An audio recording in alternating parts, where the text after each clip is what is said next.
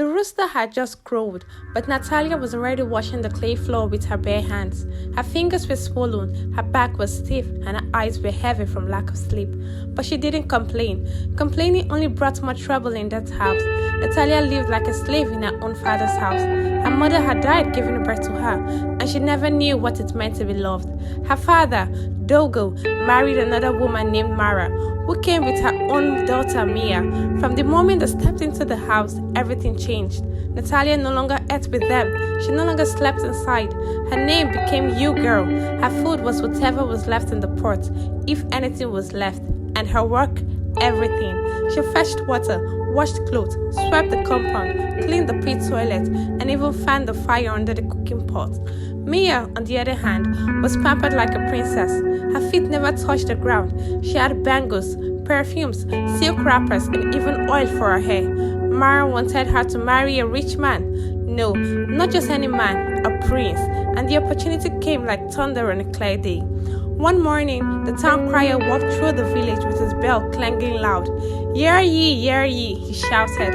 The prince has returned from his long journey. He is ready to choose a bride. All maidens of age are to report at the palace by sunrise tomorrow for assessment. They will live in the palace for 1 month cycle. After that, the prince will choose his queen. The entire village turned upside down with excitement. Mothers ran to the market. Fathers borrowed money. Girls cried with joy. But in Natalia's house, only one girl was being prepared, and it wasn't her. Mara bought Mia new clothes, beads, slippers, oil powder, and everything a girl needed to look like royalty. But Natalia, she was given more work. That evening, when she asked Mara if she could also go, she was laughed at. You? With those dry legs and cracked lips, you think a prince will marry a broomstick? Mara spat. You will stay and finish your work. Natalia didn't argue. She had no hope of marrying a prince, but deep inside, she had a different plan. She had heard that the palace needed extra hands during the assessment. Cooks, cleaners, helpers. If she could just reach there, maybe she could beg someone for work. Maybe, just maybe, she wouldn't have to come back home again. By the next morning, the whole village was awake before dawn. Natalia was still scrubbing the latrine where Mia stepped out in a new blue wrapper and shining skin. Mara kissed her cheeks and blessed her loudly in front of neighbors. Then they left for the palace, smiling like queens already. Natalia was still at home. Mara had given her even more chores. You will not step out of this compound until every last cloth is washed and the pot is scrubbed clean. But just as she was rinsing the last wrapper, Mama Bintu, their neighbor, walked into the compound. Her eyes scanned the mess and landed on Natalia. Mara, are you mad? Mama Bintu said, loud and firm, this girl is of age. Why didn't she go with the others? Mara rolled her eyes. Who will cook in this house if she leaves? Go and mind your business. Mama Bintu raised her walking stick. If she's not going in 5 minutes, I'll carry this matter to the king myself. That was how Mara hissed, turned her back, and waved Natalia off. Fine, go and disgrace yourself, but don't come back here crying. Natalia ran. Her dress was old, her slippers were torn, her hair was dry and untidy, but her heart was beating with hope. When she arrived at the palace, the large gates were already open. Maidens filled the courtyard, laughing and taking turns to meet the palace guards. Some wore fine gold, others had perfume that danced in the wind. Natalia stood far behind, shy and out of place. As she stepped forward, she met a tall guard standing near the gate. His face was calm, but his eyes were sharp and curious. Name, he asked. Natalia, she said quietly. He looked her up and down. She looked like she had just run from the bush. Dirt on her ankles, sweat on her neck, and no single jewel on her body. I don't want to marry the prince, she said, surprising him. He tilted his head slightly. Then why are you here? I heard the palace needs workers. I can clean, cook, fetch water, anything. I just want to work. If I don't make it, maybe someone can help me stay and serve. The guard didn't smile. He didn't laugh. He just nodded slowly. I will speak to someone, he said. Natalia bowed her head. Thank you. She didn't know that the guard who had just spoken to her was not an ordinary palace guard, and neither did the other maidens who passed by him, laughing loudly and tossing their hair like peacocks. Natalia had never seen a place so big, so beautiful and so quiet at the same time. The palace compound was wider than 5 village markets joined together. The flowers smelled like honey, and the walls were painted with symbols she couldn't even understand. The maidens were taken to a large hall where they would all be staying. Rows of soft mats were spread across the floor, and each girl was given a wooden locker for her things. Natalia didn't have much, just a small wrapper and a broken comb she tied in a black nylon.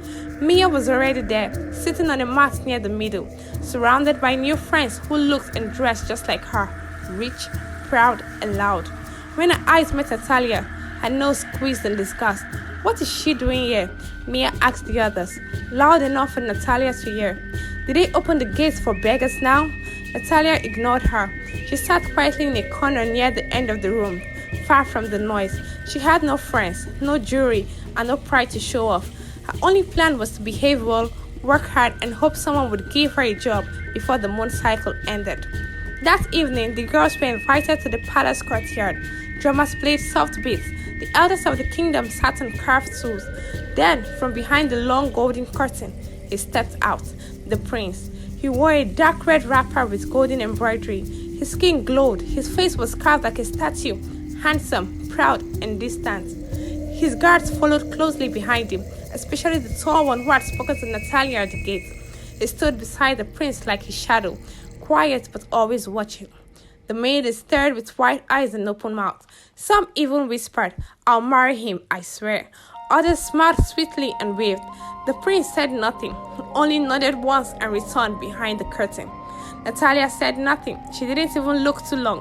She was more interested in the kitchen smells floating through the air and the buckets of water lined up for the cleaners.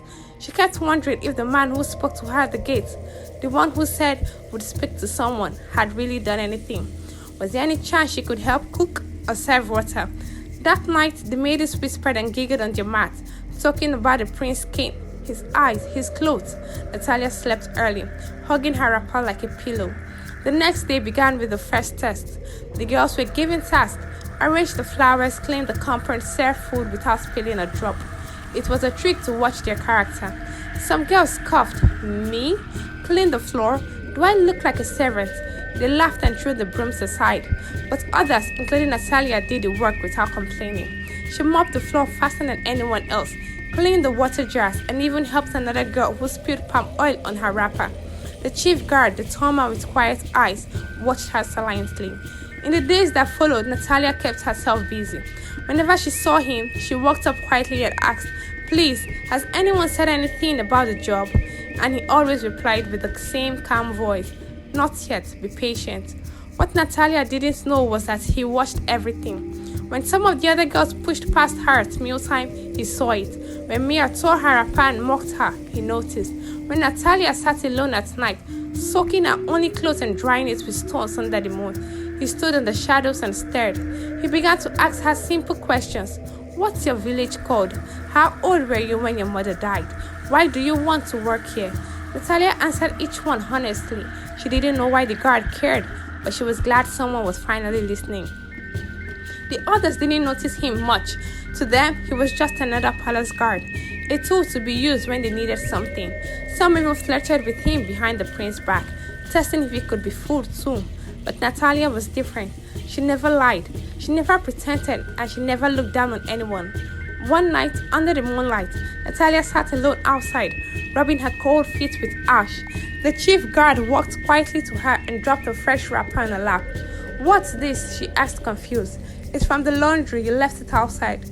Natalia looked at him carefully. "But I don't own this wrapper." He gave a small shrug. "Maybe someone wants you to have it." She looked at him with soft eyes. For the first time in her life, she felt seen. But even then, she still bowed and said, "Thank you, sir. Please, don't forget to ask about the job." He nodded. The palace days were long and full of quiet tests. The elders had eyes everywhere, behind kitchen doors, beneath carved windows, even among the cleaners. What the maidens didn't know was that everything they said, every action they took was being watched, especially when they thought no one was watching. Natalia remained the same, quiet, hardworking, and humble. She fetched water when no one asked, helped the girls sew torn wrappers, and always ate last without complaint. Her eyes were soft, but her heart was full of silence. She still asked the chief guard every few days, "Please, sir, anything about the job?" And he would answer the same way, "Not yet, but soon." Mia, on the other hand, became louder each day. She walked around like a queen already. Every night she painted her lips red with crushed berries, swayed her waist extra when she walked past the prince, and laughed too loudly at jokes that weren't even funny. One morning, the palace cook fell sick, and the head of the house called the maidens to prepare the prince's meal. A test, though none of them knew. Most of the girls didn't even know how to cook. Some poured too much salt, others burned the yam. But Natalia, she moved like water. She crushed the pepper gently with a stone, cleaned the bitter leaf like it was precious gold, and added salt with her fingertips, just enough. Her stew smelled like memories. Even the guards nearby paused to sniff the air. When the dish was finally placed before the prince, he tasted it and smiled. "This one," he said, "reminds me of home." Natalia stood far away, head bowed. She didn't even know it was her food he had eaten. Later that evening, the chief guard found her by the well, fetching water alone. Again. "You cooked today," he said. Natalia looked up, surprised. "How did you know?" "I always know." She smiled softly. I wanted it to taste like how my mother used to make it before she died." There was silence between them, not empty silence, but deep, like they both understood something without saying it. The other maidens, meanwhile, had started to show their true colors. Some would fight at night over headscarves, others gossiped loudly, thinking the walls couldn't hear. A few had even started sneaking off behind the palace huts to meet guards in secret. Laughter and whispers filled the dark. The prince, tall, proud, and distant, rarely spoke. He only watched, sometimes nodding, sometimes walking away without a word. But the chief guard, he stayed close. He listened. He asked questions. He saw everything. One day, the girls were asked to wash the palace horses. It was a dirty job. Mud splashed everywhere, and the animals kicked water and sand as they stomped around. Mia refused outright. "Me? Touch these smelly animals. Do I look like a bush girl?" Natalia didn't argue. She held a sponge, walked up to the biggest horse, and began scrubbing. Her hands were gentle. The horse, though wild at first, calmed under her touch. Even the stable boys paused and watched. The chief guard passed by slowly, saw her, and stopped. "You are not afraid of the horse?" he asked. Natalia smiled. "Animals are easier than people. They don't lie." That night, something strange happened. A small snake was found under one of the girls' mats. Screams filled the room. Maidens jumped on stools and screamed like babies. But Natalia picked up a long stick, kept quiet, and drove the snake out without fear. No panic, no noise. When the elders heard, one of them whispered, "That girl, the quiet one, she has the spirit of a queen." But still, she knew nothing. To her, this was not a test. To her, the palace was a chance at survival. She didn't dream of gold wrappers or royal beads. She only wanted peace, a place to belong, a future without pain. And every day, the chief guard watched her more closely. Not because she begged, not because she wanted to impress anyone, but because she didn't, because she was real, because her pain had shaped her into something rare. The moon was almost full now. The 1 month test was almost over, and the final decision was coming.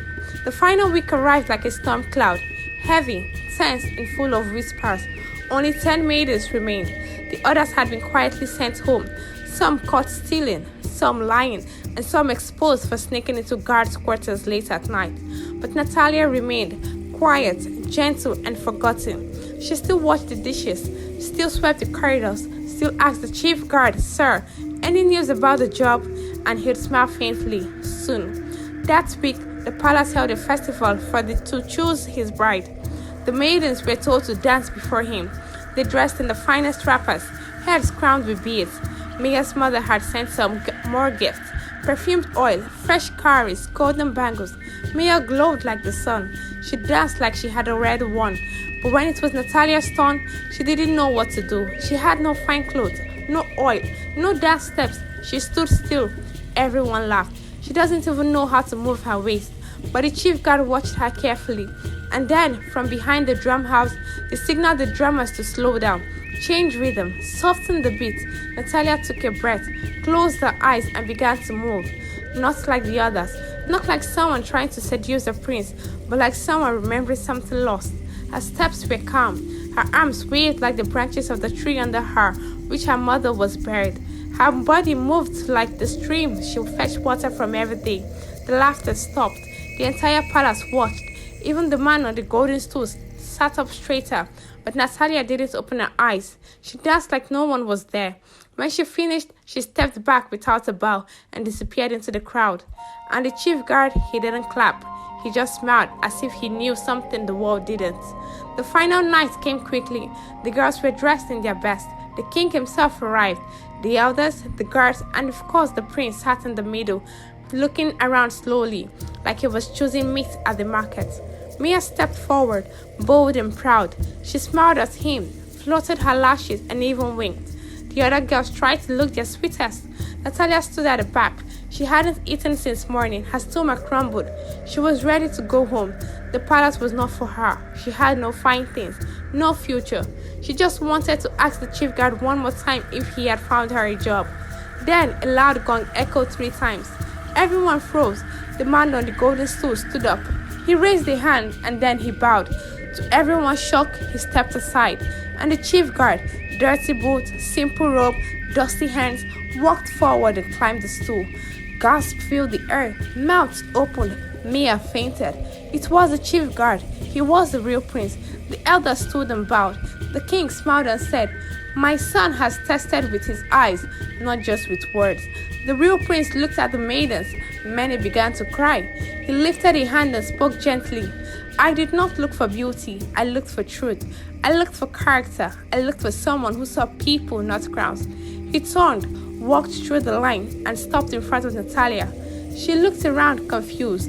He bent slightly, smiled, and said, "Natalia, I'm sorry, there is no job for you here." She blinked, heart rising to her throat. But why? "Because you will not serve in this palace, you will rule in it." Tears filled her eyes. People screamed. The elders clapped. The king nodded slowly. Mia collapsed again, and the stepmother, hiding in the crowd, covered her face in shame. The villagers danced that night, but Natalia, she just stood there, still shocked, still wondering how a girl with nothing had just been chosen for everything. And beside her, the man she thought was just a dusty guard. He looked at her like she was gold, not because she danced well, not because she wore beads, but because even in the dark she had shone, and that was the end, but also a new beginning.